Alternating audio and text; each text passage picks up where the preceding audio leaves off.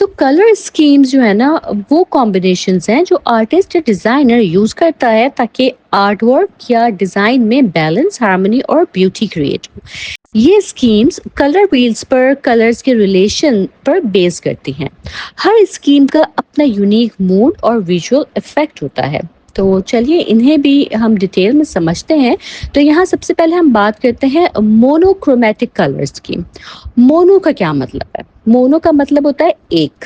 ٹھیک ہے، تو مونوکرومیٹک کلر اسکیم میں صرف ایک ہی ہیو یعنی کہ ایک ہی کلر یوز ہوتا ہے، لیکن اس کے ٹینٹس اور شیڈز بنائے جاتے ہیں. ٹھیک ہے، ٹینٹ اور شیڈ ہم اوپر ڈسکس کر چکے ہیں. ٹھیک ہے، اس اسکیم کا لک سمپل، کلین اور یونیفائڈ ہوتا ہے کیونکہ سب کلرز ایک ہی فیملی کے ہوتے ہیں. لیکن کیا ہے کہ اگر آپ مونوکرومیٹک کلر خالی اسی کو ہی یوز کریں نا، کہ ایک ہی آپ کلر صرف یوز کر رہے ہیں پورے اپنے آرٹ ورک میں، تو پھر آپ کا ڈیزائن جو ہے وہ تھوڑا بورنگ لگ سکتا ہے. ٹھیک ہے، مونوکرومیٹک کی میں ایگزامپل دوں نا، تو جیسے بلو کی ہم فیملی لے لیں، لائٹ بلو، میڈیم بلو، ڈارک بلو. ٹھیک ہے، تو یہ اسکیم نا کام اور پیسفل موڈ کے لیے پرفیکٹ ہوتی ہے، جیسے بیڈ رومز یا منیمل آرٹ میں یہ یوز ہو رہی ہوتی ہے.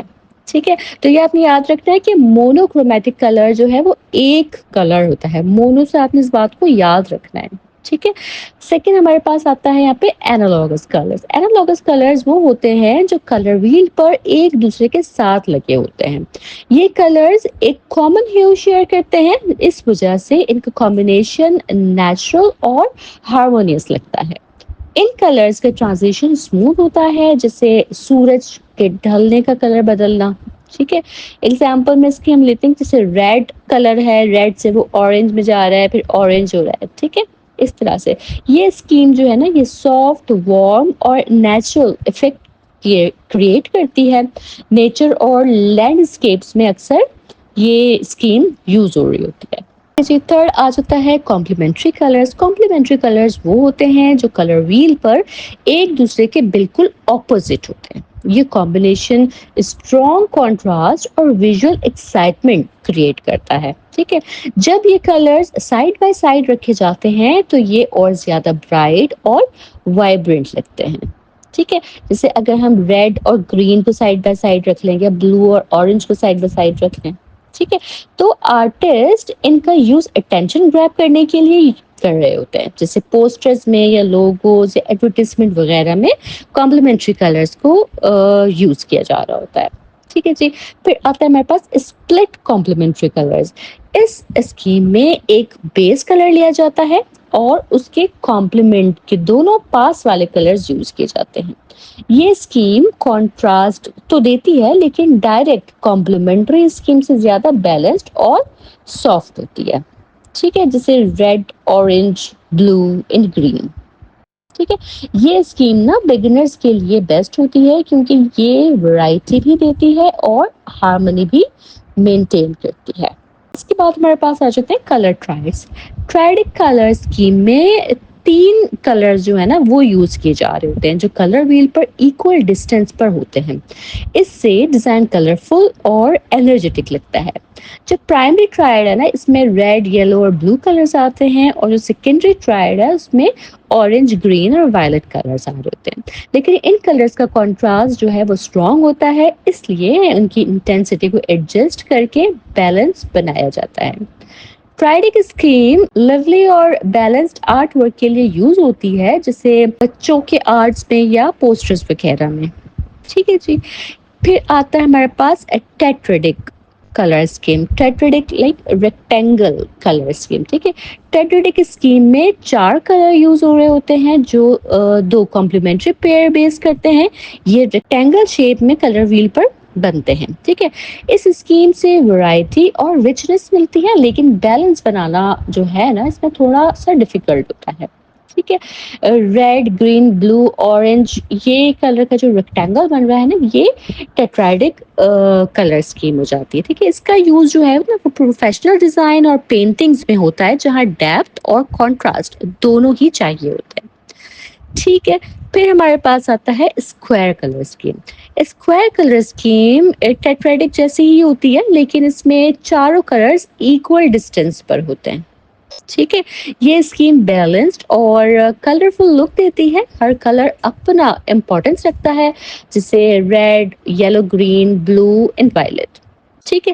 اس اسکیم کا یوز تب ہوتا ہے جب آرٹسٹ کا وائبرنٹ اور انرجیٹک آرٹ ورک بنانا ہو آرٹسٹ نے. ٹھیک ہے. وارم, کول اور نیوٹرل کلرز کی طرف بڑھتے ہیں تو دیکھیے کلرز کو ان کے ٹیمپریچر اور فیلنگ کے حساب سے 3 مین کیٹیگریز میں ڈیوائڈ کیا جاتا ہے: وارم کلرز, کول کلرز اور نیوٹرل کلرز. ہر کیٹیگری اپنے ایک یونیک موڈ اور ویژول افیکٹ کریٹ کرتی ہے جو آرٹ ورک کا ایٹماسفیئر چینج کر سکتی ہے. ٹھیک ہے. وارم کلرز میں ریڈ, اورنج اور یلو شامل ہوتے ہیں. یہ کلرز انرجی, ایکسائٹمنٹ اور وارمتھ کا احساس دلاتے ہیں. ٹھیک ہے. جب آرٹ ورک میں وارم کلرز یوز کیے جاتے ہیں تو وہ کلوزر لگتے ہیں, ٹھیک ہے, نزدیک لگ رہے ہوتے ہیں. مطلب یہ کلرز اسپیس میں آگے آتے ہوئے نظر آتے ہیں. ٹھیک ہے. وارم کلرز ہمیشہ ہیٹ اور سن لائٹ کی یاد دلا رہے ہوتے ہیں, جیسے سورج کی روشنی یا آگ یا آٹم لیوز. ٹھیک ہے. یہ ایموشنز جیسے جوائے, انتھوزیزم, پیشن اور لو کو بھی ریپرزینٹ کر رہے ہوتے ہیں. ٹھیک ہے. جیسے ایک ریڈ کلر ہے تو وہ لو اور انرجی کو شو کر رہا ہے, اورنج کلر ہے تو وہ وارمتھ اور کریٹیوٹی کو شو کر رہا ہے, اور یلو کلر ہے وہ ہیپینس اور برائٹنس کو شو کر رہا ہوتا ہے. ٹھیک ہے جی. کول کلر جو ہے نا ان میں بلو, گرین اور وائلٹ, ان کے پرپل کا شیڈ ہے نا وہ شامل ہوتا ہے. یہ کلرز پیسفل, کام اور ریلیکسنگ فیل کرواتے ہیں. یہ اسپیس میں دور لگتے ہیں. ٹھیک ہے. مطلب یہ ڈیپتھ اور ڈسٹینس کا ایلیوژن دے رہے ہوتے ہیں والے کلرز. کول کلرز ہمیشہ پانی یا آسمان یا برف اس طرح کا فیل دے رہے ہوتے ان چیزوں کا. ٹھیک ہے. ان کا یوز ایسے آرٹ ورکس میں ہوتا ہے جہاں سودنگ اور کوائٹ موڈ چاہیے ہو. ٹھیک ہے. جیسے بلو کلر جو ہے نا وہ پیس اور ٹرسٹ شو کرتا ہے. گرین کلر یہاں نیچر اور فریشنس شو کر رہا ہوتا ہے, اور وائلٹ کلر جو ہے وہ مسٹری اور لگژری شو کر رہا ہوتا ہے. ٹھیک ہے جی. اور نیوٹرل کلر جو ہوتا ہے نا ان میں بلیک, گرے, براؤن, بیج اور وائٹ آتے ہیں. یہ کلرز اسٹرانگ اور برائٹ کلرز کو بیلنس کرتے ہیں. ان کا یوز بیک گراؤنڈ یا بیس کے طور پر ہوتا ہے تاکہ برائٹ کلر زیادہ ابھر کر آئیں. نیوٹرل کلرز کام اور سمپل بیک گراؤنڈ کریٹ کرتے ہیں اور کسی کلر اسکیم کے ساتھ ایزیلی بلینڈ ہو جاتے ہیں. نیوٹرل کلرز جو ہیں یہ آرٹ ورک میں اسٹیبلٹی اور سوفسٹیکیشن لے کے آتے ہیں. ٹھیک ہے. وائٹ کلر جو ہے وہ پیورٹی اور سمپلسٹی شو کرتا ہے. بلیک کلر جو ہے وہ ایلیگینس اور پاور شو کر رہا ہوتا ہے, اور براؤن کلر جو ہے وہ ارتھنس اور کمفرٹ شو کرتا ہے. ٹھیک ہے جی. کلر اسپیکٹرم کو بھی ہم سمجھتے ہیں یہاں پہ کہ دیکھیں جب وائٹ لائٹ ایک پرزم پہ, پرزم پتا ہے نا آپ کو جو ٹرائنگولر گلاس ہوتا ہے ایک, ٹھیک ہے, تو جب وائٹ لائٹ ایک پرزم کے تھرو گزرتی ہے تو وہ بینڈ ہو کر الگ الگ کلرز میں سپلٹ ہوتی. ٹھیک ہے. ان کلرز کو کلر اسپیکٹرم کہا جاتا ہے. کلر اسپیکٹرم کا آرڈر ہمیشہ سیم ہوتا ہے: ریڈ, اورنج, یلو, گرین, بلو, وائلٹ. ٹھیک ہے.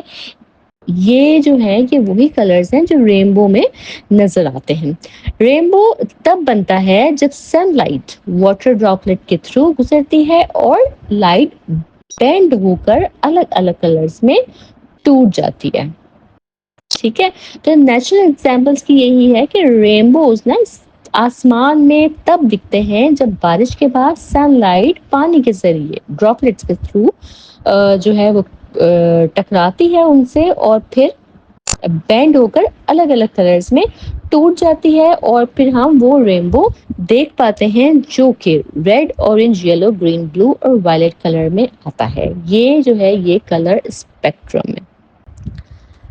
ٹھیک ہے جی. تو اس کے ساتھ ہی ہمارا یہ لیکچر بھی یہاں مکمل ہوتا ہے. اس لیکچر کو بھی میں آپ کے آسانی کے لیے سمرائز کر دیتی ہوں. تو دیکھیے کلر جو ہے نا وہ آرٹ کا سب سے ایکسپریسو ایلیمنٹ ہے جو ایموشنز اور ویژول امپیکٹ سے گہرا تعلق رکھتا ہے. اس کی کچھ کی پراپرٹیز ہوتی ہیں, جیسے ہیو یہ کلر کا نام ہوتا ہے, انٹینسٹی یہ کلر کی برائٹنس یا ڈلنس ہوتی ہے, ویلیو یہ کلر کی لائٹنس یا ڈارکنس ہوتی ہے, ٹنٹ جب